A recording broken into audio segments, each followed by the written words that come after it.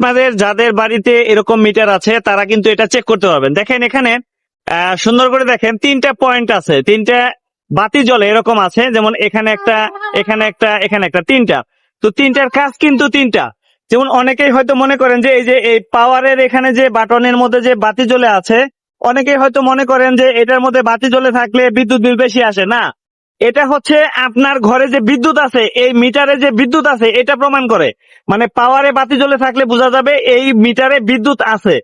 আর তারপরে একটা দেখা যাচ্ছে রিভার্স। রিভার্স মানে হলো যদি আপনার ঘরের ওয়ারিং এ কোনো সমস্যা থাকে, যেমন নিউট্রাল বাইপাস করা অথবা নিউট্রালের সাথে অন্য কোনো মিটারের কানেকশন হয়ে মাটিতে বিদ্যুৎ চলে যাচ্ছে বা গ্রাউন্ডে বিদ্যুৎ যাচ্ছে, তখন কিন্তু এই রিভার্সে আপনার বাতি জ্বলে থাকবে। তার মানে এখানে দেখেন যে রিভার্সে কোনো বাতি নেই, তার মানে এখানে এটা হচ্ছে সঠিকভাবে ওয়ারিং করা আছে এবং কোনো ভুল নেই, যার কারণে রিভার্সে কোনো বাতি নেই। এটা ভালো মিটার এবং আপনার হচ্ছে ঘরের ওয়ারিং ও সঠিক আছে।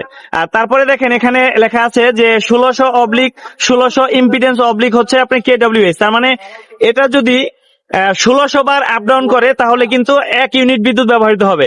তো আপনারা এখানে একদমই সঠিক আছে, এই মিটারে কোনো ভুল নেই, ঘরের ওয়ারিং সঠিক আছে এবং একদম সবকিছুই স্পষ্ট।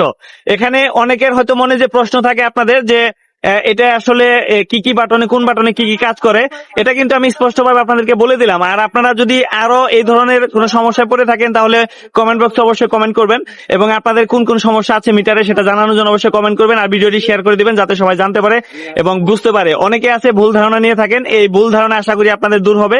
আপনারা সঠিকটা জানুন, সঠিকভাবে বিদ্যুৎ ব্যবহার করুন, নিরাপদে বিদ্যুৎ ব্যবহার করুন, নিজেরা ভালো থাকুন, বিদ্যুৎ অফিসও ভালো থাকবে।